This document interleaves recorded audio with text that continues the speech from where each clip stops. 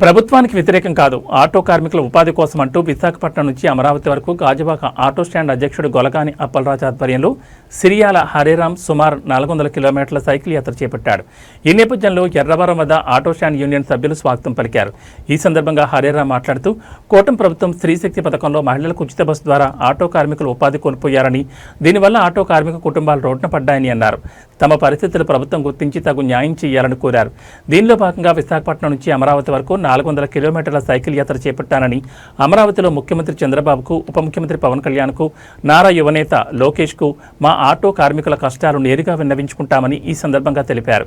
ఈ కార్యక్రమంలో Vayuputra Balaji, auto union నేతలు మత్స్యశ్రీను, షేక్ రహీం తదితర ఆటో కార్మికులు పాల్గొన్నారు.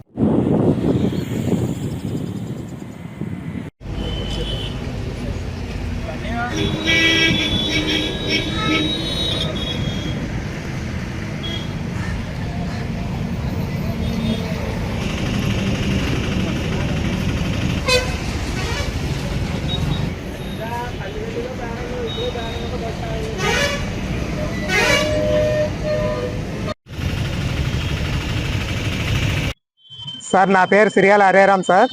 నేను ఆంధ్రప్రదేశ్ ఆటో యూనియన్ తరపున గాజువాక ఏరియా 86 ఆటో స్టాండ్స్ తరపున గాజువాక నుండి అమరావతి వరకు కూడా సైకిల్ యాత్ర. ఇది ప్రభుత్వానికి మేము వ్యతిరేకం కాదు, ఉపాధి కల్పించడం, ఆటో కార్మిక ఉపాధి కల్పించడం కోసమే ఈ సైకిల్ యాత్ర యొక్క ముఖ్య ఉద్దేశం సార్. స్త్రీ శక్తి ఏదైతే పథకం ఉందో దానివల్ల పూర్తిగా మేము ఉపాధి కోల్పోయాము. ఆ స్త్రీ శక్తి పథకానికి బదులుగా మాకు స్త్రీలకు నగదు బదిలీ పథకం ప్రవేశపెట్టి ఉపాధి కల్పించవలసిందిగా కోరుతున్నాం సార్. అది సాధ్యం కాని ఏళ్లలో ఆర్టీసీలో మాకు ఇప్పుడు కొత్తగా వచ్చిన ఆర్టీసీలో డ్రైవర్ పోస్టులు అయితేనేమి, కండక్టర్ పోస్టులు అయితేనేమి, ఆటో ట్యాక్స్ క్యాబ్ డ్రైవర్లకు మాత్రమే మొదటి ప్రిఫరెన్స్ ఇస్తూ అందులోకి తీసుకోవాలి సార్. ఈ ఉద్యోగాలు ఇవ్వడం అందరికీ సాధ్యం కాదు కాబట్టి నెలకు 30,000 రూపాయలు వచ్చే విధంగా స్వయం ఉపాధి కోసం మాకు శిక్షణ కల్పించి, దానికోసం మీరు బ్యాంక్ ద్వారా రుణాలు ఇప్పించి, పావుల వడ్డీకి రుణాలు ఇప్పించి మాకు తక్షణమే మాకు ఉపాధి కల్పించే విధంగా మీరు ప్రభుత్వం కోరుతుందని ఆశిస్తున్నాం సార్. అలాగే మేము ప్రభుత్వానికి వ్యతిరేకం కాకుండా కాదు సార్, మా ఉపాధి కోల్పోయడం కోసమే, మా బాధలు చెప్పుకోవడానికి కోసమే ఇక్కడికి వచ్చాం.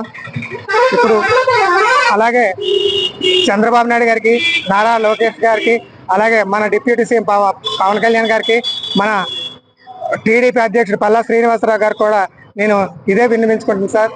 మేము ఆటో కార్మికులు ఎవరం కూడా ప్రభుత్వానికి వ్యతిరేకం కాదు, మా ఉపాధి కోల్పోయింది, ఇది తెలియజేయడం కోసమే మా యొక్క ముఖ్య ఉద్దేశం.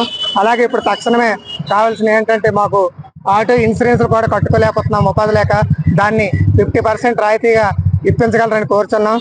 అలాగే మాకు ఉపాధి నిమిత్తం పూర్తిగా కోల్పోయాం కాబట్టి నెలకి ఒక 5,000 రూపాయలైనా తక్షణంగా సాయంగా అందించవలసిందిగా కోరుచున్నాం.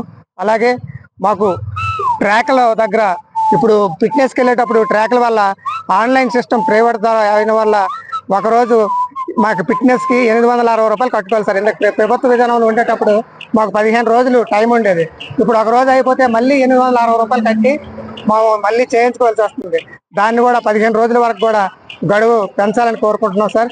అలాగే మా పిల్లలకి చదువుల కోసం ప్రభుత్వ ప్రైవేట్ పాఠశాలల్లో మాకు 50% రాయితీ వచ్చేటట్టుగా కూడా ప్రభుత్వం ఆలోచించవలసిందిగా మేము కోరుకుంటున్నాం సార్. అలాగే చంద్రబాబు నాయుడు గారు, మీరు అభివృద్ధి మహాధ్యేయంగా ఎప్పుడు పనిచేస్తున్నారు. మేమంతా కూడా మీ ప్రభుత్వాన్ని మెచ్చే మీకు మళ్ళీ ఓట్లు వేయడం జరిగింది సార్. మీరు ఉంటేనే అందరికీ ఉపాధి కలుగుతుందని మేము నమ్మి ఓట్లు వేయడం జరుగుతుంది సార్.